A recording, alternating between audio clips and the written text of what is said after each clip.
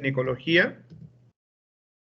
Estos textos, como les comenté en sesiones anteriores, en la sesión anterior, es indispensable tener el en el caso de ginecología, claro, hemos hablado de obstetricia, pero en ginecología tenemos el Ginecología de Novak, el buen texto, 16ª edición. Hay una versión light, una versión resumen, que es el fundamento de ginecología. Muy buena edición, es un libro leíble, yo diría que es uno de los compendios que todo estudiante debe tener. Otro ya de especialidad, el Esperón de Cronología Ginecológica, también buen texto. Y el Beckman, siempre cito el Beckman como un texto bueno, de consulta obligada, ¿no? El Beckman está disponible en la internet, hay una versión PDF en busmedicos.org, hay una versión en PDF en castellano, un buen texto de consulta, coescrito por el ACOG, el Colegio Americano de Ginecología y Obstetricia, sigue las pautas del sílabus de las principales universidades americanas. Bien, vamos al tema de lleno entonces, que es pubertad. ¿Qué es la pubertad? La pubertad es un proceso por el cual el organismo de la mujer, de la mujer pasa por cambios hormonales, en todo caso la activación del aparato génito reproductivo y el desarrollo físico hasta alcanzar su capacidad reproductiva plena. La capacidad reproductiva plena no solo va a haber implicar el desarrollo en tamaño, peso, vello púbico, mamas, no, sino que pueda producir folículos que puedan ser liberados, ovulación, y que estos puedan ser fertilizados y puedan desarrollarse in útero. En todo caso, en ese proceso de cambios hay una transición física, emocional y sexual de la infancia a la edad adulta. Como hay cambios hormonales y desarrollo físico, hay cambios neuroendocrinos implicados. Tenemos a la cabeza el más llamativo tal vez el importante, que habla de la funcionalidad, que es la menstruación y ovulación. No basta solo con que regle, sino que esa funcionalidad máxima se va a ver a través de la formación de óvulos que van a ser liberados a la trompa uterina, ese fenómeno de la ovulación, que esta joven, adolescente, adolescente, señorita, ya pueda ovular. El otro es el crecimiento esquelético lineal acelerado. Y aquí hay que tener presente que el crecimiento esquelético lineal de las mujeres es más temprano y más acelerado que el varón. Está de más decir que en un mismo grupo etario de adolescentes, púberes, las mujeres tienden a tener más tamaño, tienden a tener más cambios físicos llamativos en comparación a los varones. También está el desarrollo de caracteres sexuales secundarios. Los caracteres sexuales secundarios vienen a ser el fenotipo externo que lo diferencia a una mujer de una niña. No solo es el hecho de un tamaño, el cambio de la voz, una voz armoniosa de una señorita, sino que el desarrollo de la mama, el vello púbico y los cambios de los genitales. Bien, un desarrollo puberal normal implica que tenga que haber una adecuada activación, un adecuado funcionamiento de este eje neuroendocrino, el eje hipotálamo, hipófisis, ovarios. Esto esté funcionante. Y eso se inicia en el feto desde las primeras semanas post nacimiento. Se inicia en la vida fetal. Esto es a través de la formación en las crestas gonadales, de la emigración de la alantoides de las futuras células, de las células primordiales. Y van a formar las gónadas y ahí a su vez se van a formar los primordios de los ovogonios. Y esto es un proceso que no se detiene durante todo el desarrollo fetal y que cuando nace habría un stop, un congelamiento, hasta que de pronto cuando inicia la actividad del ciclo menstrual, ¿sí?, empieza de nuevo a activarse. La inactividad que ocurre en útero, la inactividad que ocurre inmediatamente nace, ocurre por un aumento de regulación negativa, autorregulación negativa de los estrógenos. Sí, acá hay un detalle importantísimo, ¿no? Por el cual a veces los padres de familia se preocupan bastante con sus hijitas, ¿no? Con sus recién nacidas. Ocurre que cuando está de desarrollo in útero, el feto femenino está bajo el influjo hormonal materno. Está bien, está desarrollando folículos, ovogonias, ¿sí? Pero también está bajo el influjo de los estrógenos maternos. De tal manera que cuando esta niña nace, cuando la mujer nace, la neonato, vemos ahí en ella claramente el desarrollo de sus labios mayores, los labios menores, su clítoris, bien desarrolladito, ¿sí?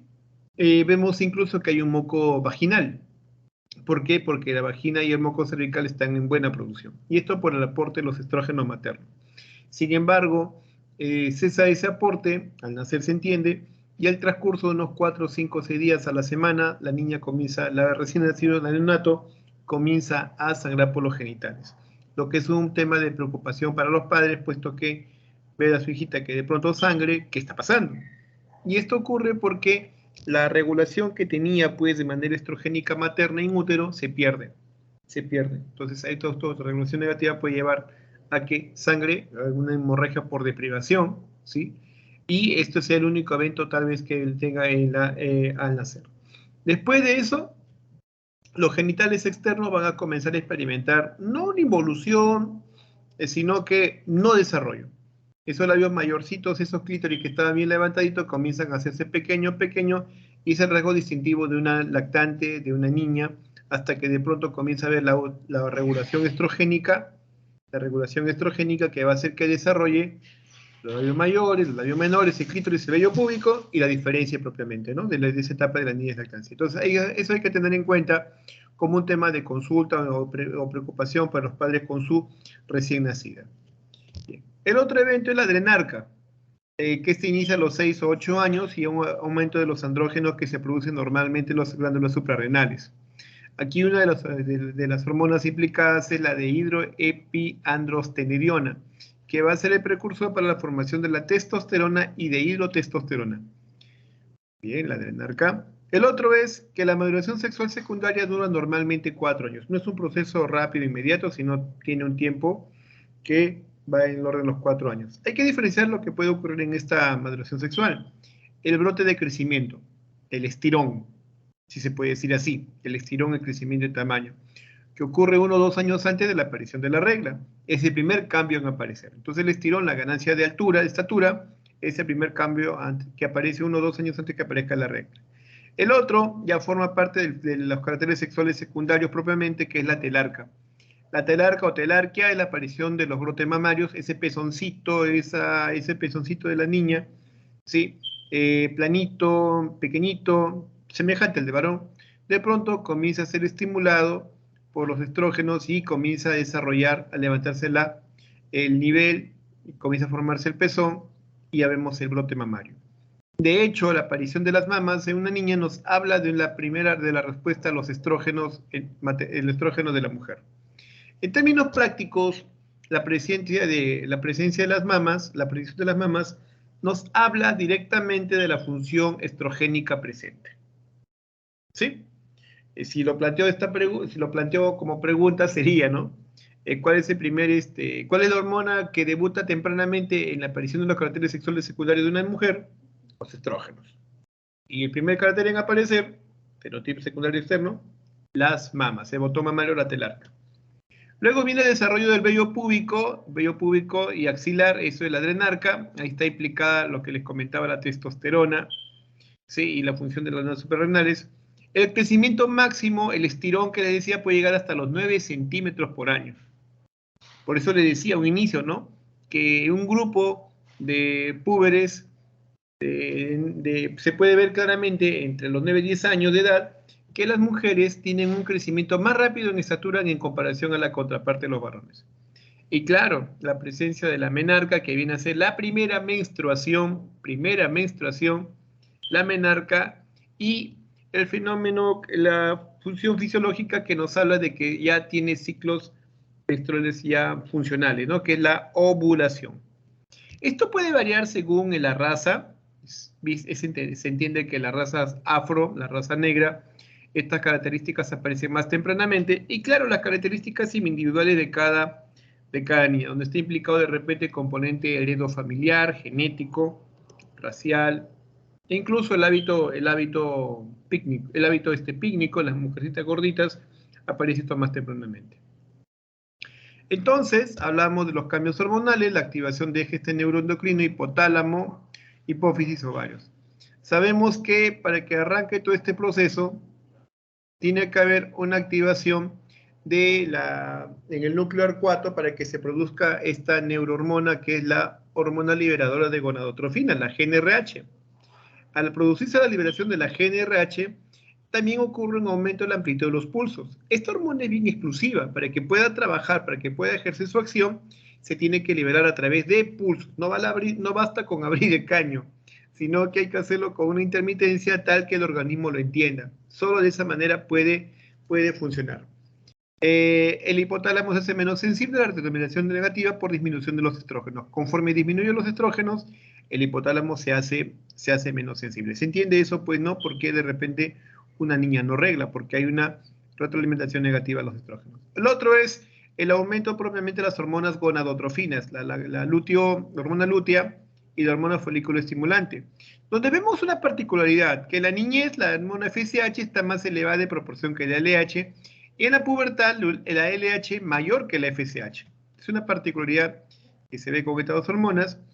Y la estimulación de los folículos en crecimiento, y por ende su cubierta, la granulosa, lleva a la formación de estrógenos. Los estrógenos tienen un papel de gatillo para que se produzca el pico de LH. Tiene que haber un pico de estrógeno para que haya un pico de LH y por ende la ovulación. Las suprarrenales, a través de la producción de los andrógenos como la testosterona, promueve la adrenarca, que es la formación del vello púbico y también el vello axilar. Bien, el desarrollo puberal también está implicado en varios factores, los factores heredofamiliares.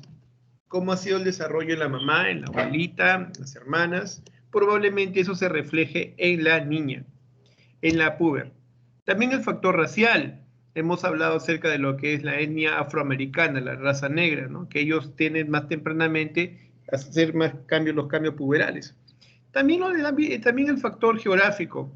Se ha visto que los países cuya ubicación están cerca a la línea ecuatorial tienen una propensión a hacer un desarrollo más temprano de los cambios puberales. También la composición corporal. La obesidad está implicada en la aparición temprana de los cambios puberales. Entonces, el inicio de la pubertad, sobre todo para que inicie tempranamente, se va a ver más fuertemente relacionado a la raza afroamericana, a la obesidad, a la tendencia a ser gordito, un mayor índice de masa corporal, y a que esté ubicado en países cercanos a la línea ecuatorial. Está de más decir el componente heredofamiliar, componente familiar. En esta gráfica les muestro pues la aparición de los cambios de los caracteres sexuales secundarios, en qué momento ocurre más, ¿no? Si bien les he dicho que la ganancia ponderal ocurre 1 o 2 años antes, propiamente los caracteres sexuales secundarios que aparecen en secuencia son, primero, la telarca, mamas, o el brote mamario, luego la pubarca, y ya, bien avanzadito los cambios sexuales secundarios que he mencionado, ya aparece la menarca con la activación de la ovulación.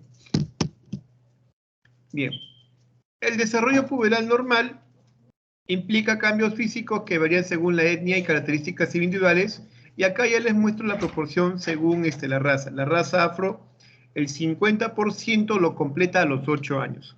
Es más frecuente que las mujeres de raza afro inicien tempranamente, comparado con las mujeres de raza blanca, que lo hacen al 40%, pero un año posterior, a los 9 años.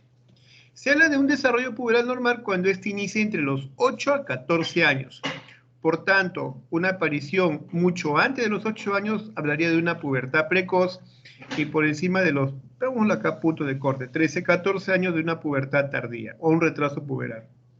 Una pubertad completa implica que se han logrado ciclos ovulatorios, ciclos funcionales, ciclos que producen y liberan óvulos. Y eso se alcanza entre los 18 meses a los 6 años de haber empezado la primera regla. O sea, no es una cuestión de que regle y ya ovula. Eso se va a ir logrando en el transcurso del tiempo. Puede demorar de 18 meses, 1 año y medio, hasta 6 años en que esas menstruaciones sean ovulatorias en la puber, en la adolescente.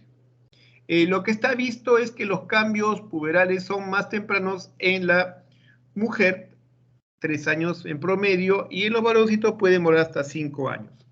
En esta foto tomada del Novak vemos el caso de dos jóvenes adolescentes de la misma edad, pero vemos claramente cómo en una de ellas el sobrepeso, que se llama un hábito pícnico, ha hecho que los caracteres sexuales sean de aparición más temprana. Las mamas, el vello púbico, la estatura. En comparación a la contraparte de la niña que se ve en la otra foto, donde se ve prácticamente los cambios, que no ha habido mayor cambio, simplemente es una niña. Esto es una foto, una imagen de una niña a los 10 años de edad. Está en el Novak.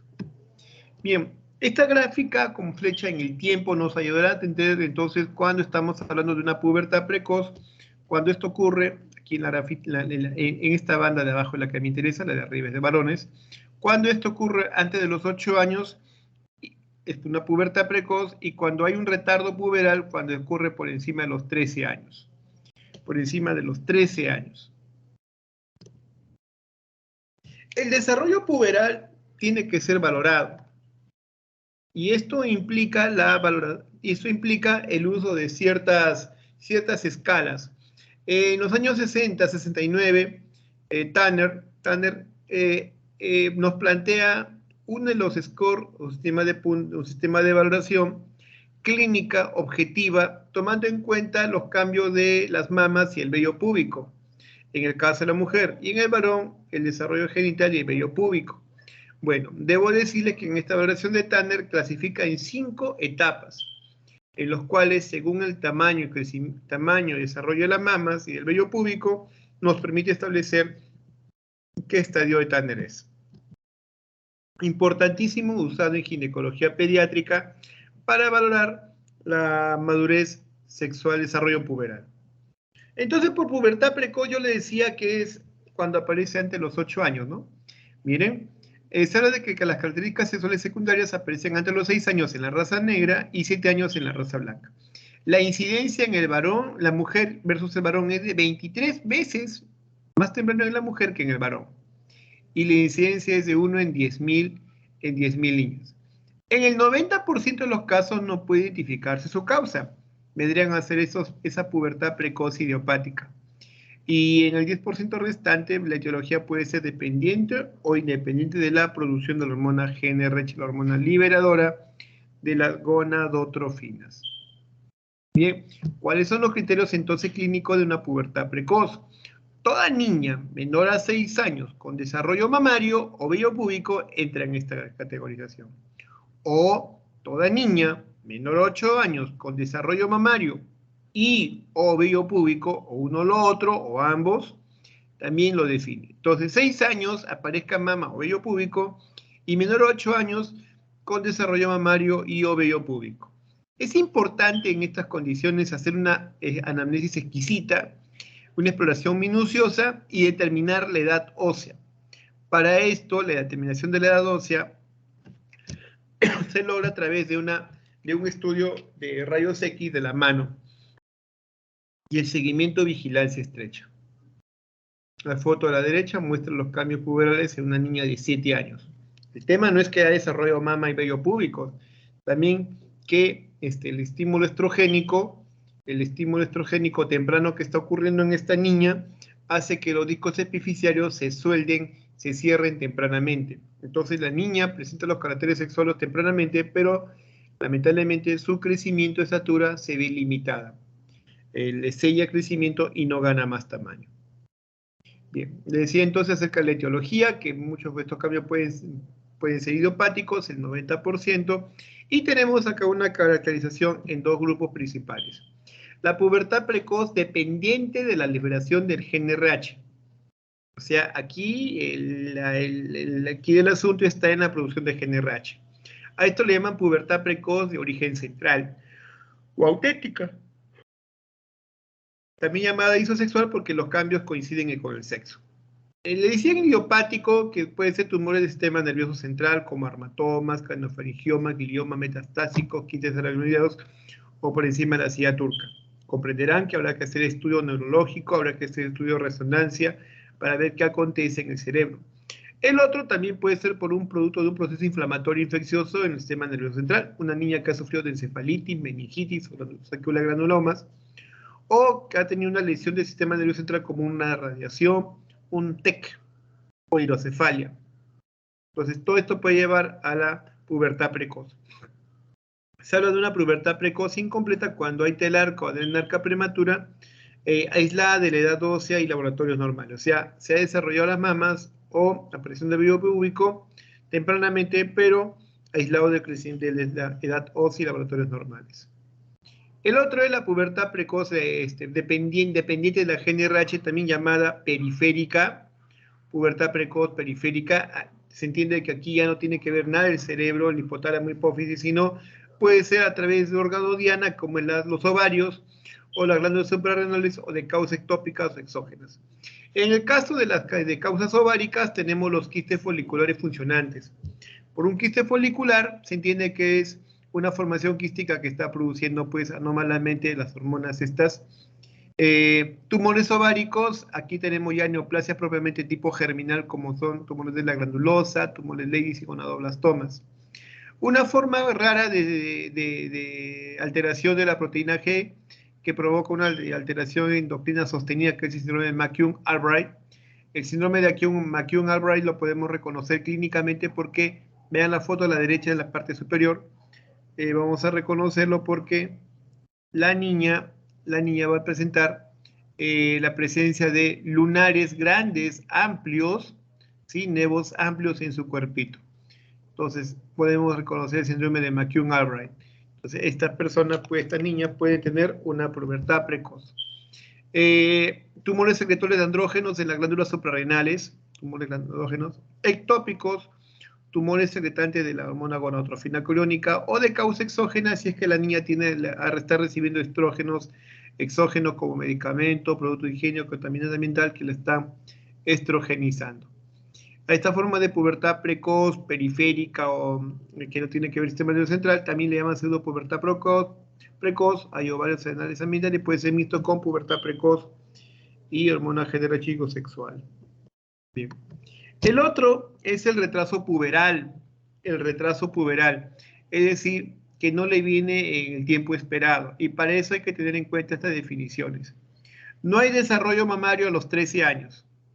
No hay desarrollo mamario a los 13 años. La imagen acá de una niña gordita, ¿no? La ven, perdón, gordita, llenita, pero no hay desarrollo mamario. Acá lo que ocurre es, en esta imagen es lo que tiene que ver con un síndrome de Turner. Ahí está, eso quería llegar. Síndrome de Turner. La ausencia de menarca a los 15 años, no regla y tiene 15 años. Ausencia de menarca a los 3 años de la telarca, le apareció la telarca y 3 años después no desarrolla regla. O tiene 14 años, ausencia de menarca a los 14 años, habiendo insutismo, dudas sobre el trastorno alimentario, ejercicio excesivo, bien obstrucción de la salida de la regla. Hay condiciones clínicas como por ejemplo la anorexia nerviosa, bulimia. Esta sociedad actualmente se está viendo plagado de este problema. En los hospitales, bueno, yo le cuento en el Hipólito Unanue, he tenido la oportunidad de ver una niña de 14 años con anorexia, porque en el entorno amical le hacían complejo de que era gordita y esta niña llegó a pesar hasta 32 kilos. La señorita de 15 años, 32 kilos, emanciada la pobre, sin reglar, había arreglado a los 12 años, pero tenía 3 años que ya no arreglaba. Y bellos mamas incipientes. Se ha ido al otro extremo. Entonces, eso es lo que puede producir estos planteamientos pues, que hacen en la sociedad, ¿no? Bien, en el retraso puberal tenemos esta clasificación donde tenemos, por ejemplo, estado de hipogonadismo, o sea, un desarrollo pobre de las gónadas, pero hipergonadotropo, donde el estímulo para que las gónadas trabajen está incrementado. En este caso, vemos que el hipófisis está liberando buena proporción de FSH, como quien dice, ovario, trabaja, te voy a dar más, pero el ovario pobremente produce estrógenos. Es una de las causas más importantes, ese estado de hipogonadismo hipergonadotropo, y viene a ser el 45%. Y esto lo vemos, por ejemplo, en la disgenesia gonadal, como es el síndrome de Turner. El síndrome de Turner viene a ser una alteración genética en la cual la niña experimenta un cariotipo 45X, no tiene el otro cromosoma X, es un 45X0. Y la disgenesia como el síndrome de Savayer, que es el XY, una alteración bastante inusual y terrible, la insensibilidad a los andrógenos o el síndrome de insensibilidad a los andrógenos, donde no hay un receptor de testosterona en las células y por tanto no recibe el estímulo, el estrógeno actúa y le lleva pues a aparición de carácter sexual tardío. Síndrome de falla de insuficiencia ovárica precoz, el síndrome de resistencia ovárica o también llamado síndrome de Savage. Otra condición, en segundo lugar, es el estado de hipogonadismo, pero hipogonadotropo. Aquí la producción de FSH y LH están por los suelos y por ende también la producción de estrógenos por los suelos. Esto puede tener causas ya más frecuentes, como es el trastorno constitucional o fisiológico. Cuando se somete a mucha actividad física, preocupación, estrés, no solo no regla, sino que el desarrollo es lento o demora pues en aparecer los cambios puberales. También neoplasia sistema nervioso central, trastornos hipoficiarios, hiperprolactinemia, fármacos, opiáceos, marihuana, puede llevar estas condiciones. Y el otro tiene que ver ya con una condición donde hay producción adecuada de la FSH, está siendo estimulado el ovario y produce estrógenos, pero aquí lo que habría más que todo es una alteración anatómica, el 25%. Y aquí vemos trastornos asociados, por ejemplo, como la genesia de Müller, de los conductos de Müller, que son importantes para la formación del tracto genital de salida. Aquí tenemos el síndrome de Mayer-Rokitansky-Kosterhauser, una alteración donde no hay vagina, no hay cuello uterino, no hay útero, pero sí podemos encontrar ovarios. El IBM imperforado, una de las primeras causas de amenorrea primaria por un trastorno netamente estructural. Tabique vaginal transverso, también alteraciones estructurales.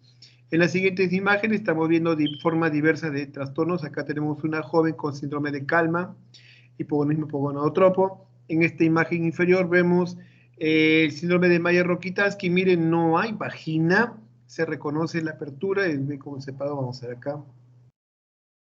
Esto es un Kalman, foto de Novak. Esto es la genesia vaginal, el síndrome de Mayer-Rokitansky-Kusterhauser. Aquí hay que operarla para darle calidad de vida. Aquí vemos la imagen de dos jóvenes con anorexia, bulimia nerviosa, el extremo, ¿no? El síndrome de insensibilidad a los andrógenos, donde no es una niña, técnicamente es un varón, cromosoma XY, pero que ha hecho una falta no tiene receptor de testosterona y el componente estrogénico ha predominado, teniendo esa apariencia pues fenotípica de mujer, pero con retraso puberal al inicio. Entonces son formas de afectaciones por retraso puberal. Síndrome de Turner lo vamos a ver no solo asociado al retraso puberal, sino a ser la primera causa de amenorrea primaria. Como le volví a repetir, acá hay una alteración cromosómica donde la individuo mujer tiene la ausencia de un cromosoma X, siendo su cariotipo 45X0, por ausente el segundo cromosoma. Y lo vamos a reconocer fenotípicamente porque son damas de talla baja, donde vamos a ver que presentan el cuello en forma alada, llamado pterygium coli, un tórax amplio, ancho, en escudo, con los pezones rudimentarios y bien espaciados, las células separadas, las uñas displásicas, muchos lunares, ausencia de menstruación, digenesia gonadal, los ovarios apenas son unas cintillas no funcionantes. Bien. Con todos estos cambios reconocidos antes de los 8 años o después de los 13 años, la pregunta es qué hacer, ¿no? ¿Cómo diagnosticar y qué hacer? La clínica es importantísimo en estos casos, donde vamos a tener que hacer una colección de la historia clínica, pormenorizando qué es lo que apareció primero, si tuvo el estirón, si tuvo la ganancia de vello púbico, si tuvo la aparición de la menstruación, si tuvo aparición de mamas. La secuencia de estos eventos, los tiempos son importantísimos. También va asociado, puede estudiar a la familia, los antecedentes familiares, la exposición a estrógenos, traumatismos, o si en la niñez tuvo de repente algún problema de meningitis o traumatismo encefalocraniano. Es importante valorar peso y talla, el índice de masa corporal, si es obesa o está en el otro extremo de anorexia, bulimia. El examen endoscópico, la piel, buscar si hay signos que me hagan pensar en McCune-Albright. Y en los exámenes auxiliares cobra mucha importancia la determinación de la edad ósea. Para el estudio de la edad ósea es útil una placa de rayos X de mano, de la mano izquierda o no dominante, donde el radiólogo, viendo las características de los huesos largos, la densidad, la presión de discos superficiales, puede determinar la edad ósea. Entonces la placa de mano, de muñeca izquierda, mano menos dominante, permite establecer la edad ósea. El otro viene a ser la determinación de las hormonas FSH y LH para determinar si hay hipogonadismo, hipergonadotropo o hipogonadotropo o eugonadismo, para orientar a dónde estaría la búsqueda. La prueba de estimulación de GNRH es para ver si está trabajando o no las glándulas hipoficiarias. Una resonancia magnética nuclear de cráneo nos permite ver la anatomía del cerebro y ver si no solo eso, sino también si hay aparición de tumores no neoplásicos como gliomas o alguna alteración neoplásica intracerebral. La función tiroidea, valoración de las hormonas que se producen en las glándulas adrenales y los ovarios, estradiol, testosterona, gonotrofina, colina, encadehidroepiandrostenediona, cortisol, o en una ecografía pélvica. Hay que tener presente que a una niña no podemos hacerle una ecografía transvaginal. Una ecografía pélvica exige que la niña haya tomado bastante agua. Para hacer una ecografía pélvica en una niña, no le vamos a hacer transvaginal, se entiende que no tiene reses, exige que la niña tome bastante líquido, 1 litro, de repente medio litro, 1 litro de agua. ¿Para qué? Para que la vejiga se distienda y tenga una buena ventana acústica y pueda ver la imagen del útero como en esta ecografía. Es importantísimo la evaluación ecográfica. Y claro, el cariotipo, ¿no? En un cariotipo podemos determinar que es un Swyer, que es un síndrome de Turner, o de repente es un varón, pero con insensibilidad a los andrógenos. El tratamiento básicamente está orientado a identificar la etiología. Perdón, el objetivo es identificar la etiología. Si no sabe la etiología, de nada vale cualquier acción que hagamos.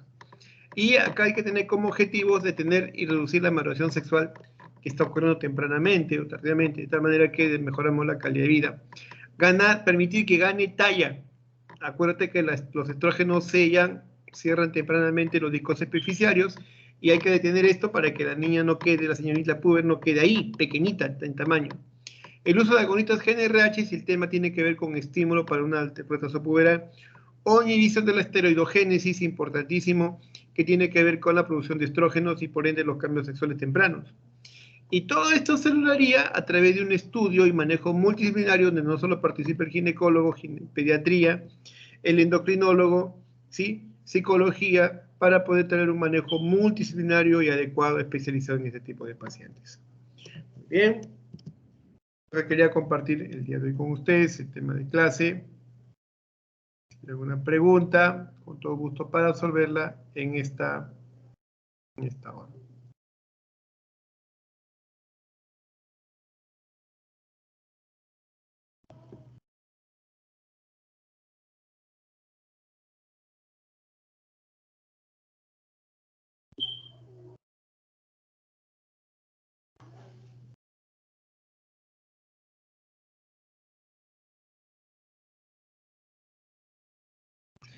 Un día muy cansado para muchos.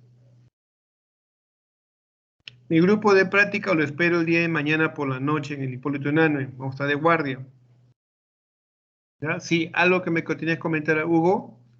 Perdón, aquí Doctor, tengo... una pregunta. ¿Una paciente con Sí. síndrome de Turner podría salir embarazada? Buena pregunta. Buena pregunta. Un Turner puro, un síndrome de Turner puro, no se podría embarazar. Un Turner puro no podría embarazarse. Un Turner puro no podría embarazarse. De hecho, es una de las causas de menorrea primaria e infertilidad. Pero hay que tener en cuenta esta siguiente particularidad genética: el mosaicismo. El mosaicismo.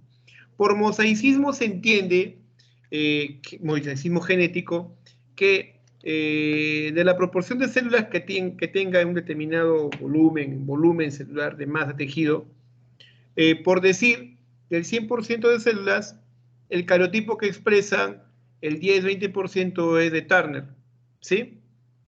Y el 90% son 46XX. Entonces, existe esa posibilidad de pacientes Turner que por mosaicismo se pasan por alto en la población. Puede hacer que veamos, incluso, sin asustar a las chicas, que puede haber de repente algunas señoritas entre ustedes y que sea un Turner mosaico y no saberlo. Ha presentado regla, ¿sí? Menstruación, tiene sus menstruaciones, un mes que sí, un mes que no, pero no se logra embarazar y se descubre en su cariotipo que tiene un mosaicismo Turner. Con esas personas se puede tal vez intentar el embarazo, se puede, pero un Turner puro, no, está asociado a infertilidad. Pues todo depende no solo de estudiar el cromosoma, sino determinar si hay mosaicismo. El grado de penetración o de mosaicismo es lo que va a determinar hasta qué punto hay un problema de infertilidad, pues, ¿no? ¿Por qué? Porque recuerda que los Turner pueden llevar a atrofia o una falta de desarrollo ovárico y se ven pues las famosas cintillas ováricas. Un mosaicismo no, puede ser que tenga esa particularidad que ha desarrollado ovarios y claro, le dificulta embarazarse, pero podría ser. ¿Ya? ¿Ya hubo alguna otra pregunta? No, doctor, está claro, gracias. Voy a poner esa pregunta en el INAM.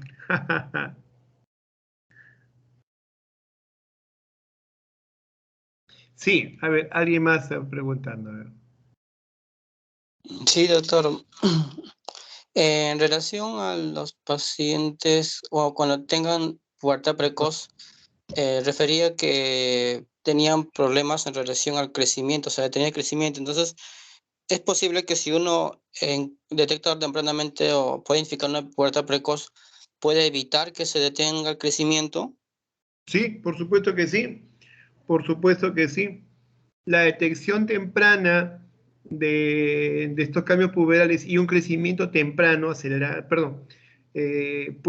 requiere una intervención y esto lo podemos lograr con la esteroidogénesis.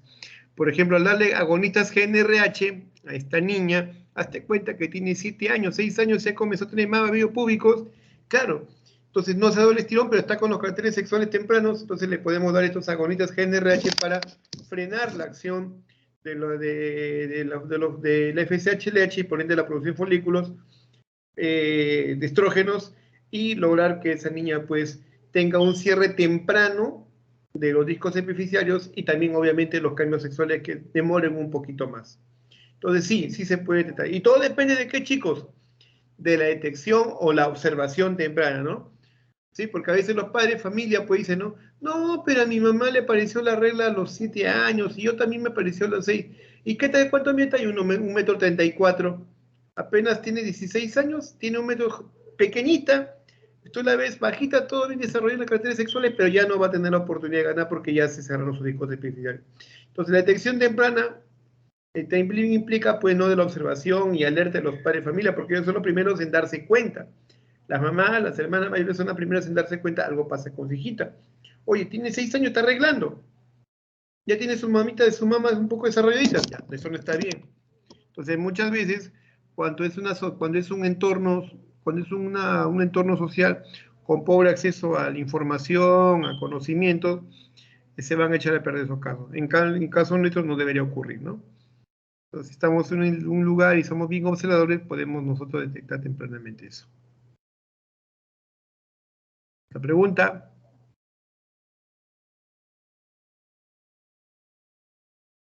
Doctor, Sí, te escucho, dime, hija. bueno, creo que eso es mera curiosidad, pero ¿por qué mencionó que para determinar la edad ósea con la radiografía tiene que ser en la mano no dominante?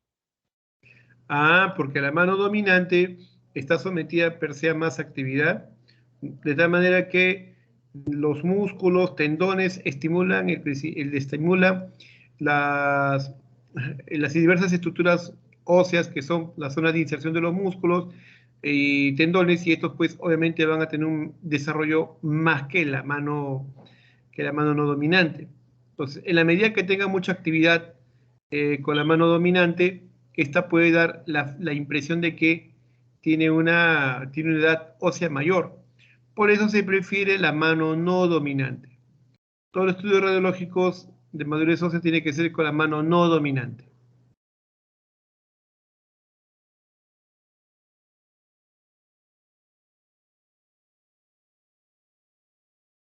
¿Alguna otra pregunta, chicos?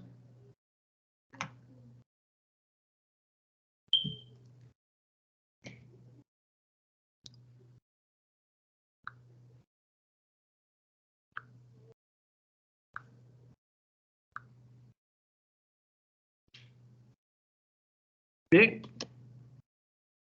Si no hay más preguntas, nos damos por acá a terminar esta sesión.